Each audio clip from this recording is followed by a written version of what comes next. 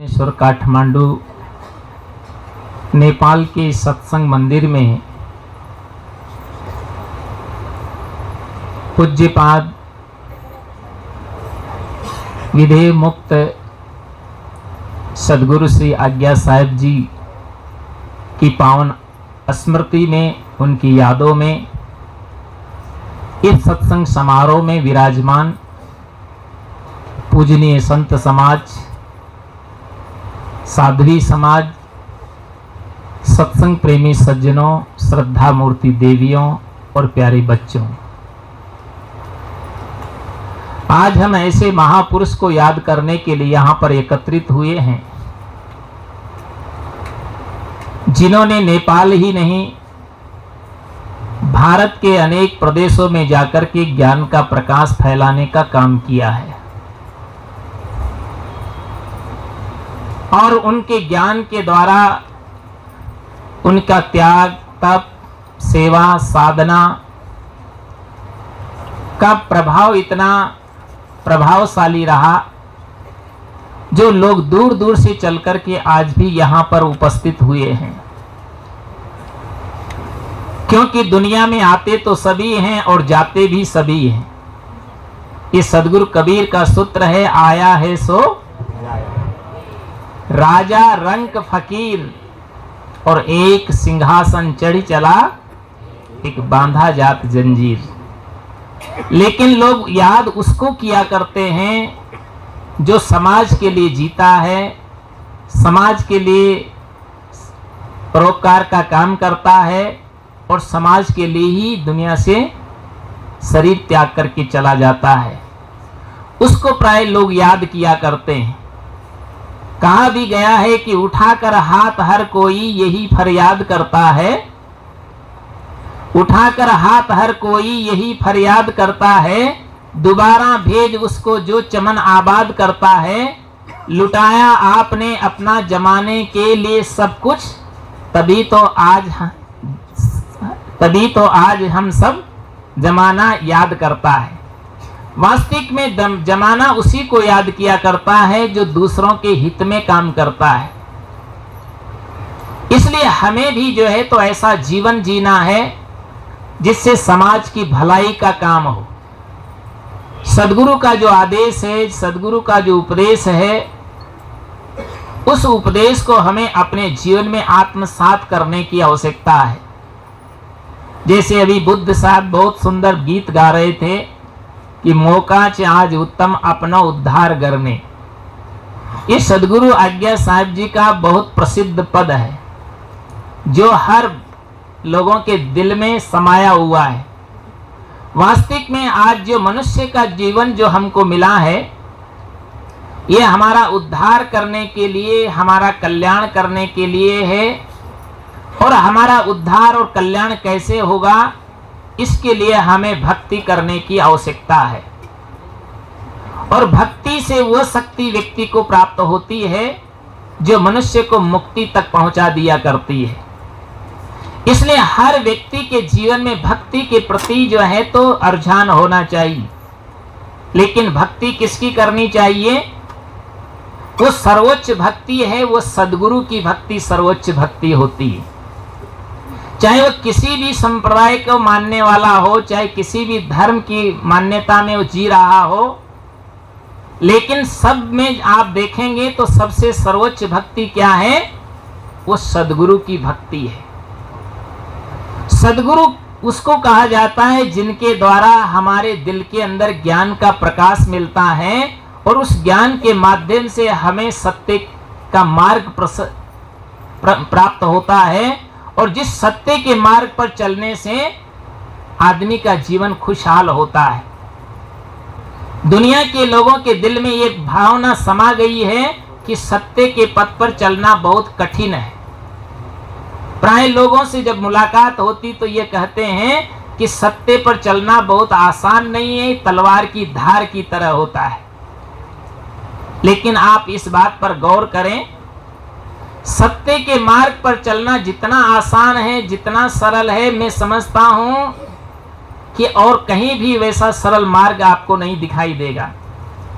जैसे आप सड़क से गुजरते हैं जब सड़क पर आप चलते हैं तो आपको चलने में कितना आसानी लगती है।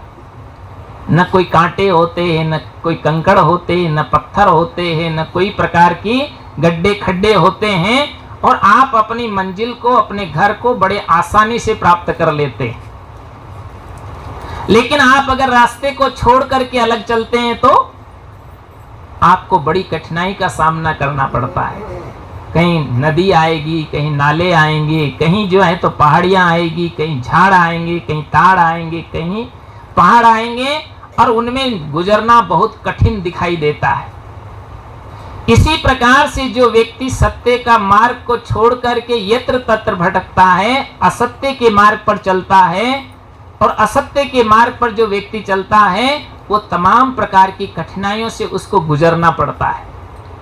अनेक प्रकार की विषमताओं से उसे जीना पड़ता है, और वह जो है तो अपने जीवन में कभी सुख और शांति और आनंद प्राप्त नहीं कर पाता है। इसलिए जीवन में हमें सत्य का रास्ता चुनना चाहिए, और जो सत्य से बढ़कर के दुनिया में कोई धर्म भी नहीं होता है। आज लोगों ने धर्म को भी बांटने का काम किया है।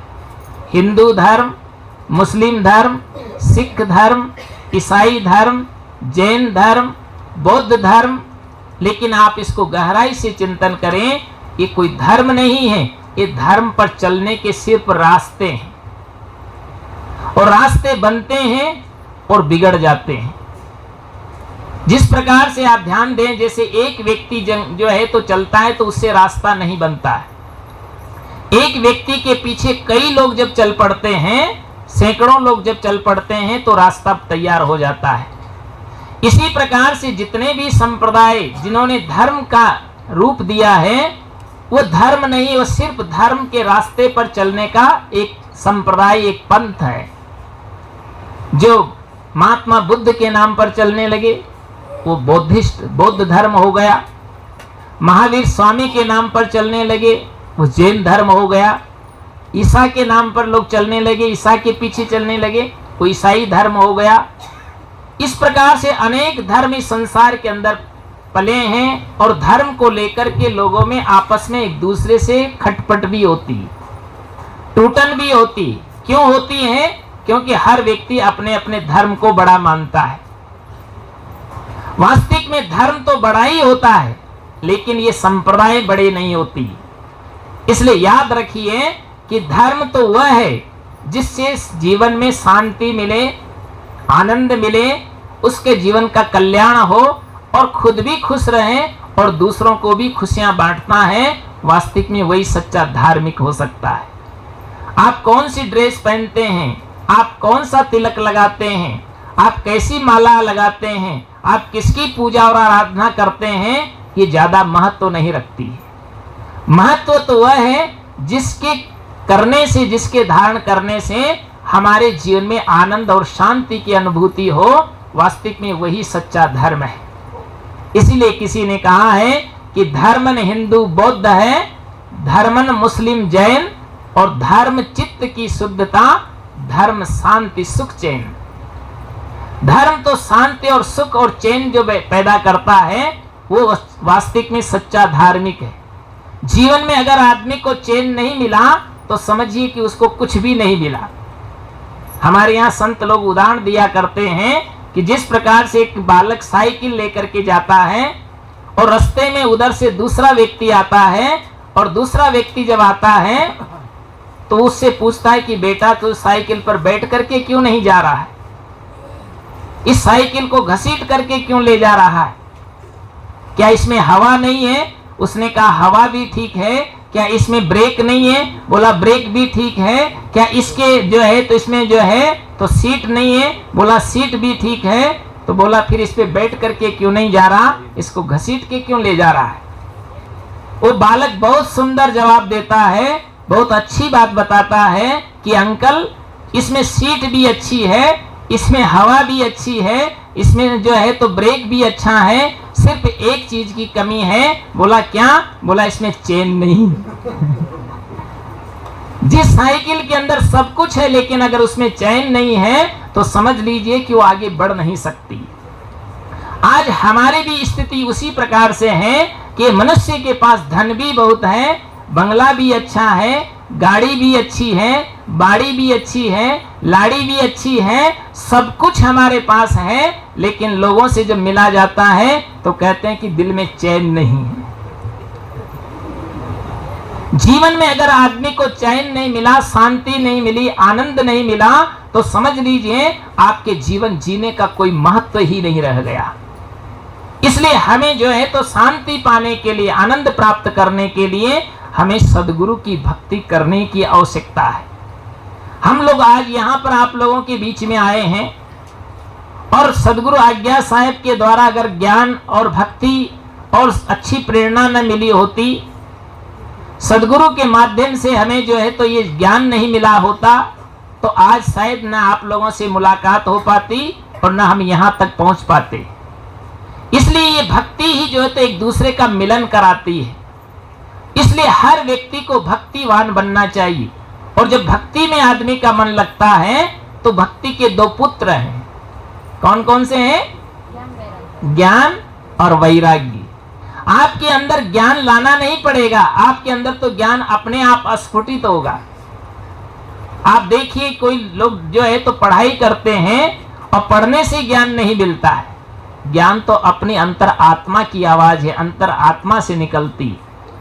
और आप ये भी अच्छी तरह से समझ लीजिए कि दुनिया में कोई जो है, आप यहाँ जितने लोग बैठे हैं सब ज्ञानी है, कोई भी यहाँ बुद्धू नहीं है, सब ज्ञानी है।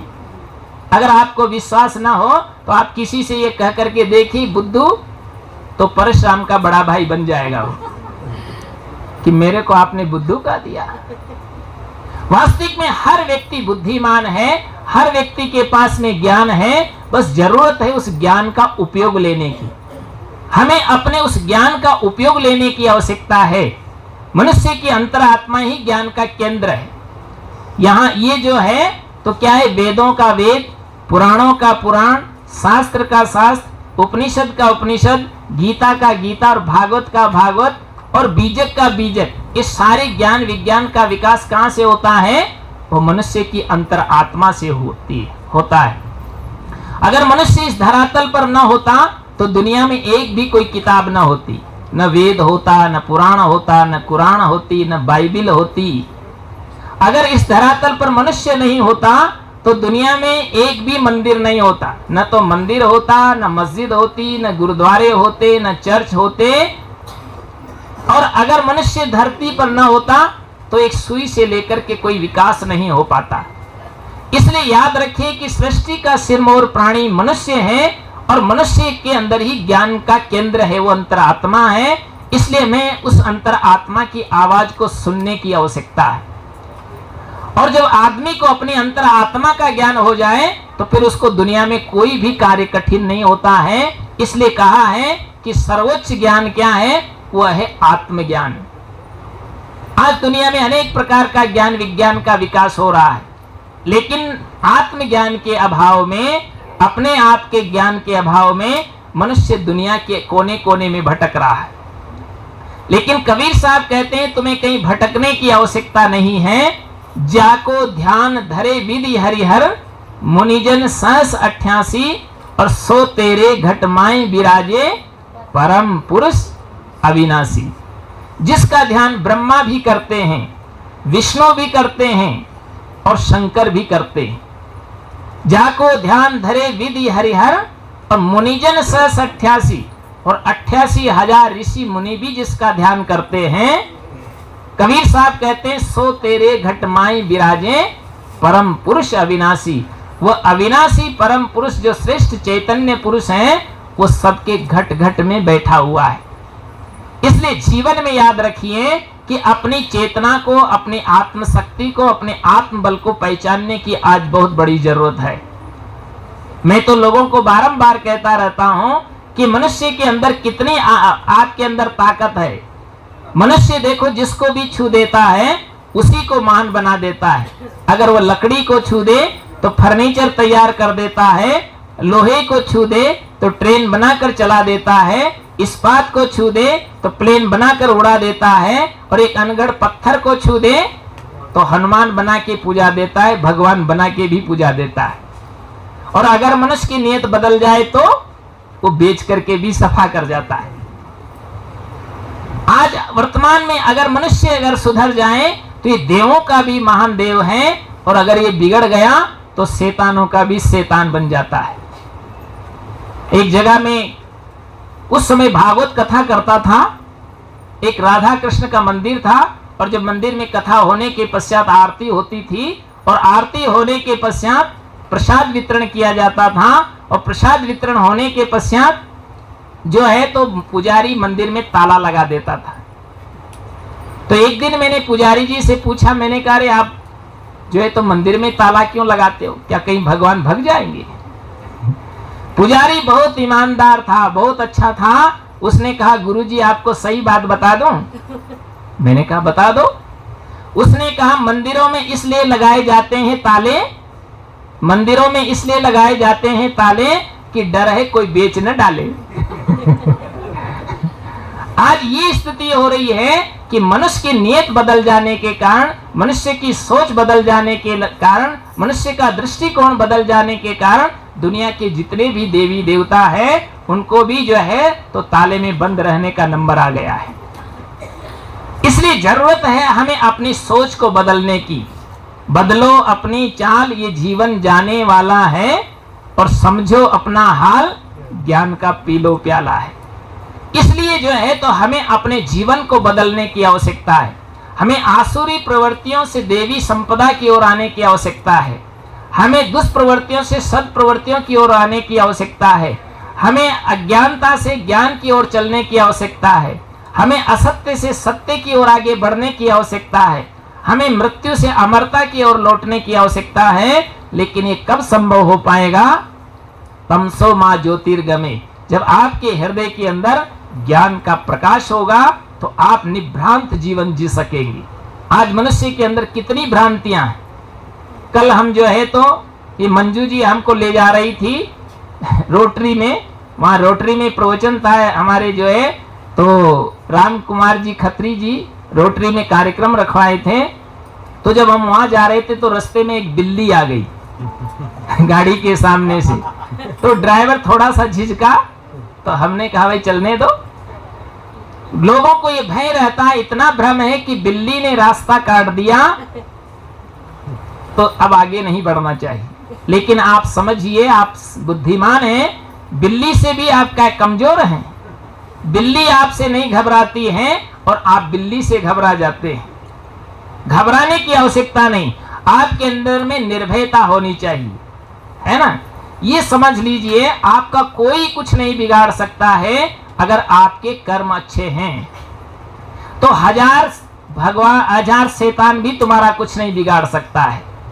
अगर कर्म आपके ठीक नहीं है तो हजार भगवान भी तुम्हारी हमारी रक्षा नहीं कर सकता है।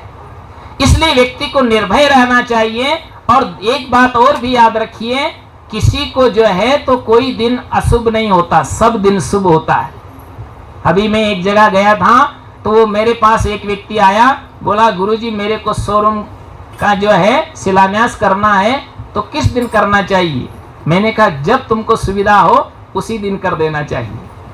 सब दिन अच्छे काम के लिए हर दिन शुभ होता है और गलत काम के लिए हर दिन अशुभ होता है।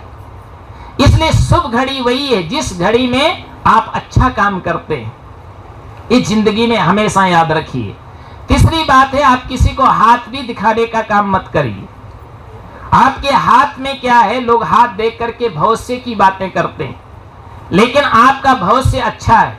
एक बालक था, मैं बैठा था तो मेरे पास आया, उसने कहा गुरुजी मेरा हाथ देख दीजिए। मैंने कहा तेरे हाथ में क्या रखा है? बोला जो नहीं, हाथ देख करके जो है तो मेरे भविष्य के बारे में बता दीजिए। मैंने कहा बेटा तेरा भविष्य बहुत अच्छा है, तब तो तुम्हें मनुष्य जीवन मिला है और वो भी स्वस्थ जीवन मिला है।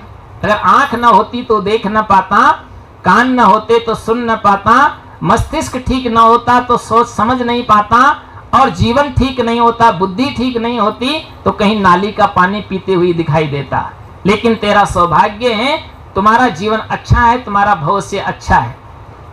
किसी को हाथ दिखाने की भी चेष्टा मत करिए, कोई आपके भविष्य को बदल नहीं सकता है।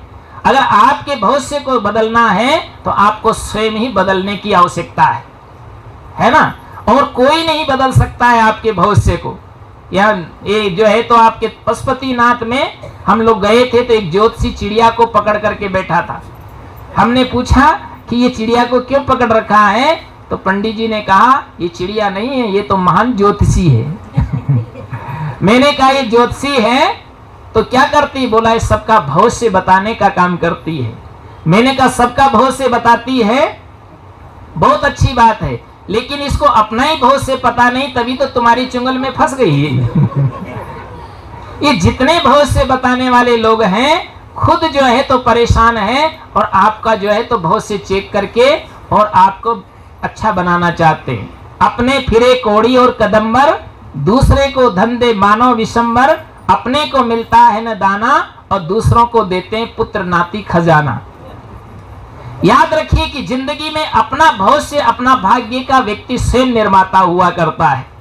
जामनगर में एक राजा हुए, और उस राजा जो है तो उस राजा को एक चस्का था, एक आदत थी कि वह जो है तो दूसरों से कविता सुनने का बड़ा शौक था।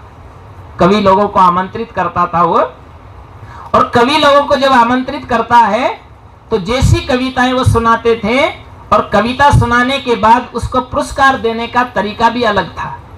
क्या तरीका था, जब वो कविताएं सुनता था और राजा जब खुश होता था तो अपनी मूंछ पर हाथ फिराता था, और जितने बाल टूट करके आते थे उतने ही बाल उतनी असरफियां उसको इनाम में देता था। असरफी जानते हैं, सोने का जो सिक्का होता है 1 तोला का, उसको असरफी कहते हैं। तो जो है इस प्रकार से वह जो तो लोगों को पुरस्कृत करता था। लेकिन एक दिन क्या घटना घटी कि तमाम सारे कवि आए, कविताएं सुनाई, लेकिन एक कवि लास्ट में आया, और जब उसने अपनी कविताएं प्रस्तुत की तो उस कविता को सुन करके राजा बहुत गदगद हो गया, बहुत प्रसन्न हुआ, बड़ा खुश हुआ। और खुश होने के पश्चात राजा ने अपने मूंछ पर हाथ फिराया, और जब मूंछ पर हाथ फिराया तो उसके हाथ में एक भी बाल टूट करके नहीं आया। जब एक भी बाल हाथ में टूट करके नहीं आता है तो राजा कहता है कि कविराज तुम्हारी कविताएं तो बहुत अच्छी थी, बहुत सुंदर थी, आज तक मैंने ऐसी कविताएं नहीं सुनी है, लेकिन तुम्हारी कविता तो अच्छी थी किंतु तुम्हारा भाग्य फूटा हुआ है। बोला जो है तुम्हारी कविता तो अच्छी थी किंतु तुम्हारा भाग्य फूटा हुआ है। बोला कैसे? तब कहा कि मेरा नियम है कि जब मैं भी कोई कविता मुझे पसंद आती है और मैं खुश होकर के अपनी मूंछ पर हाथ फिराता हूँ, और जितने टूट करके आते हैं हाथ में उतनी असरफियां में इनाम में उसको दिया करता हूँ। लेकिन आज तुम्हारी कविता तो अच्छी थी, लेकिन तुम्हारा भाग्य इसलिए फूटा है कि जब मैंने मूंछ पर हाथ फिराया तो एक भी बाल टूट करके नहीं आया, इसलिए तुम्हारा भाग्य फूटा है। वो कवि हृदय था, कवि बड़ा कलाकार था, उसने कहा राजन मेरा भाग्य आपके हाथ में नहीं है, मेरा भाग्य तो मेरे हाथ में है, मेरा भाग्य आपके हाथ में नहीं है, मेरा भाग्य तो मेरे हाथ में है। कैसे? बोला एक बार मेरा हाथ आपकी मूंछ पर पड़ जाने दीजिए, फिर बताऊंगा कि मेरा भाग्य कैसा है। राजा बड़ा प्रसन्न हुआ। वास्तविक है कि व्यक्ति अपने भाग्य का स्वयं निर्माता है। हम दूसरों के सामने न गिड़गिड़ाएं, दूसरों के सामने जाकर के हम जो तो कुछ मांगने की चेष्टा नहीं करें। हम खुद अपने से जो है तो अपनी शक्ति को, अपने आत्मबल को, अपनी ऊर्जा को पहचाने। इसीलिए कहा कि सर्वोच्च देव है तो वो आत्मदेव है। आपसु देवाय मनुष्याणाम दिवी देवाय मनुष्याणाम बालानाम काशलोष्टेषु बुद्धस्य आत्मनि देवता। जो साधारण प्रकार के लोग होते हैं वो गंगा, यमुना, सरस्वती इत्यादि नदियों को ही देवता मान करके उपासना करते हैं। जो विद्वान लोग होते हैं वो आकाशीय पिंडों को देवता मानते हैं। सूर्य है, चंद्र है, ग्रह है, तारे हैं, नक्षत्र हैं, इन्हीं को देवता मान करके उनकी उपासना करते हैं। जो बाल बुद्धि वाले हैं वो जो है बाल बुद्धि वाले किसको देवता मानते हैं? मिट्टी, पत्थर, काष्ठ, लोहा, तांबा, पीतल इत्यादि की प्रतिमाओं को ही देवता मान करके उपासना करते हैं। लेकिन बुद्धस्य आत्मनि देवता, जो बुद्धिमान होते हैं वो आत्मा को ही सर्वोच्च देवता मानते हैं। इसलिए सर्वोच्च देव कहाँ है? वो आपके दिल में बैठा हुआ है।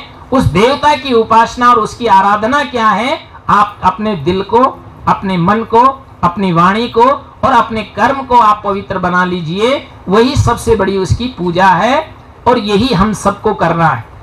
आजकल लोग जो है तो अभक्ष्य पदार्थ को खा रहे हैं, न पीने योग्य चीजें पी रहे हैं, न करने योग्य काम कर रहे हैं और न जीने जैसा योग्य जीवन भी जी रहे हैं।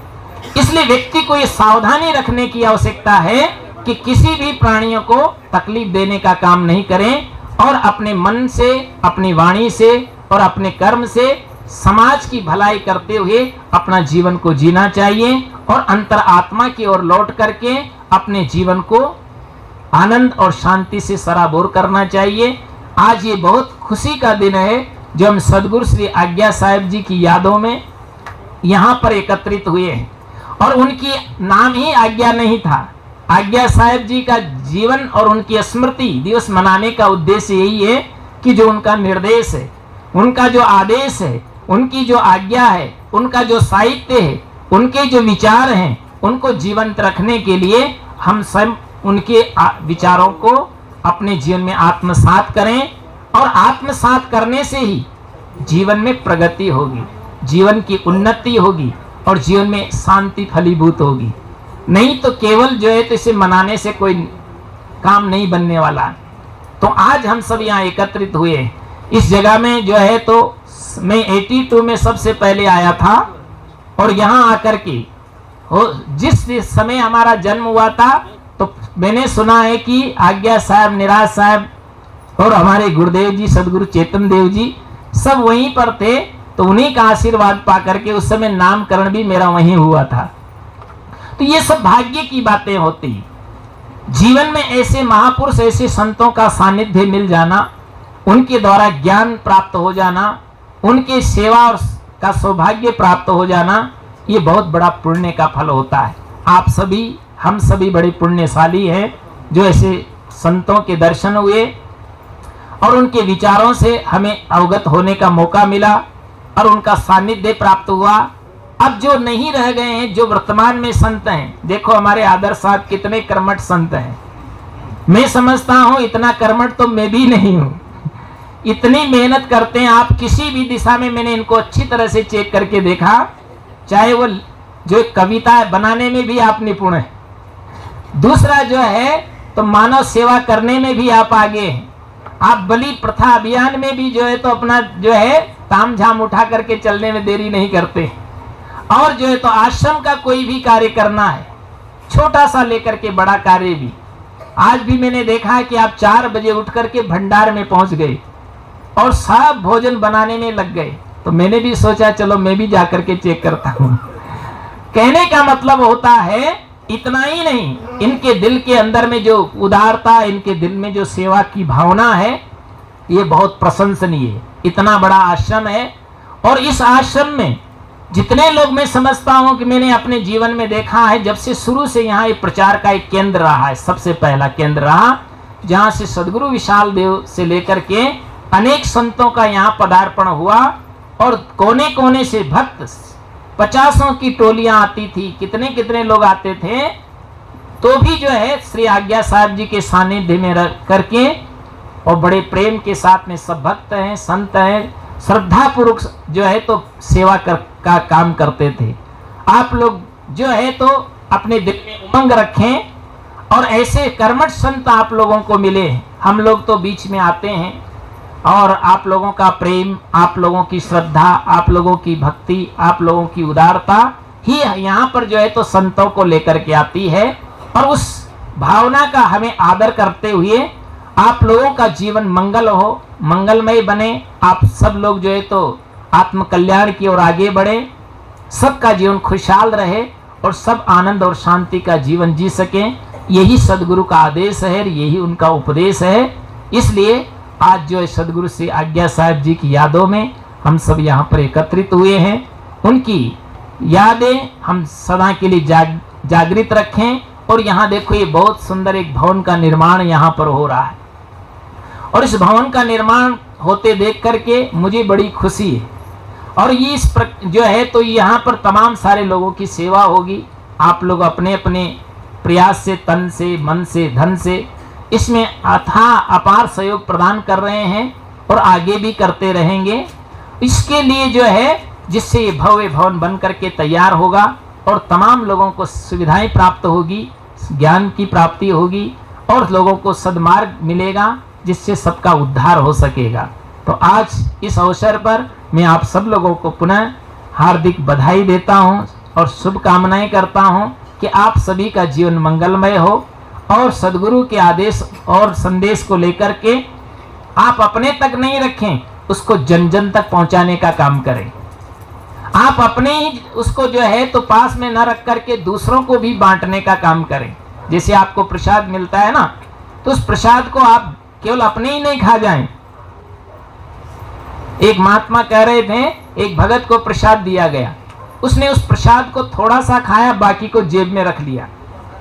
उससे पूछा मैंने कहा, भाई जो है तो प्रसाद को क्यों रख लिया तुमने? वो कहते मेरे घर के सब बच्चों को दूंगा। तो मैंने कहा और थोड़ा लेकर के जाओ। वो खुश हुआ।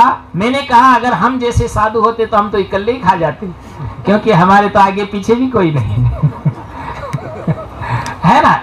कहने का मतलब होता है कि लोग बांट करके खाना, ये बांट करके खाना जो है तो ये सबसे बड़ी इंसानियतता है। जो बांट करके खाता है वो इंसान है, जो लूट करके खाता है वो शैतान है, और जो अपना भी दूसरों के लिए लुटा देता है उसी को भगवान कहते हैं।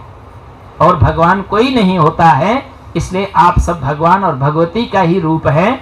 और एक दूसरे से जब मिलें, प्रेम से मिलें, दिल से मिलें और श्रद्धा से मिलें और नमन करें, हाथ जोड़ करके एक दूसरे को प्रणाम करते हुए मिलें, तो आपके दिल के अंदर की जो कलुषित विचार है, कलुषित भावना है, वो भी दूर होगी और परिवार में भी खुशहाली होगी। इसलिए आज ये बहुत सुंदर अवसर है।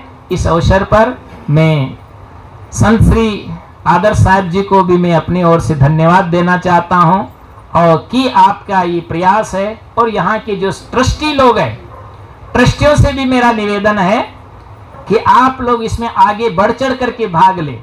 केवल एक कुछ लोग तो नाम के ही ट्रस्टी होते, मैंने देखा संस्थाओं में, कभी कभी मुंह दिखाने के लिए पहुंच पाते हैं, केवल जो है तो पद ले लेते हैं लेकिन उसका काम नहीं कर पाते हैं। तो उसे राजी से अपना इस्तीफा दे देना चाहिए। नहीं, जो जिस पद पर हम रहें उस पद का काम नहीं कर पाए तो उसे छोड़ देना चाहिए। मैंने भी देखो, मेरे से काम नहीं सध पा रहा था, इसलिए मैंने भी अपना अध्यक्ष पद छोड़ दिया है। कहने का मतलब होता है व्यक्ति जिस पद पर रहे, आप पति हैं, पत्नी हैं, पुत्र हैं, भाई हैं, अध्यापक हैं, गुरु हैं, शिष्य हैं, या जहां भी जिस समाज के आप अगुवा बन करके रह रहे हैं, तो समाज का नेतृत्व आप सही तरीके से करें। अगर नहीं कर पाते हैं तो अपना बैठ करके ध्यान करें, उसी में ज्यादा खुशी मिलती है। इसलिए याद रखना है कि अपने जितने भी ट्रस्टी हैं, जितने भी सदस्य गण हैं, एक साधारण सदस्य भी इस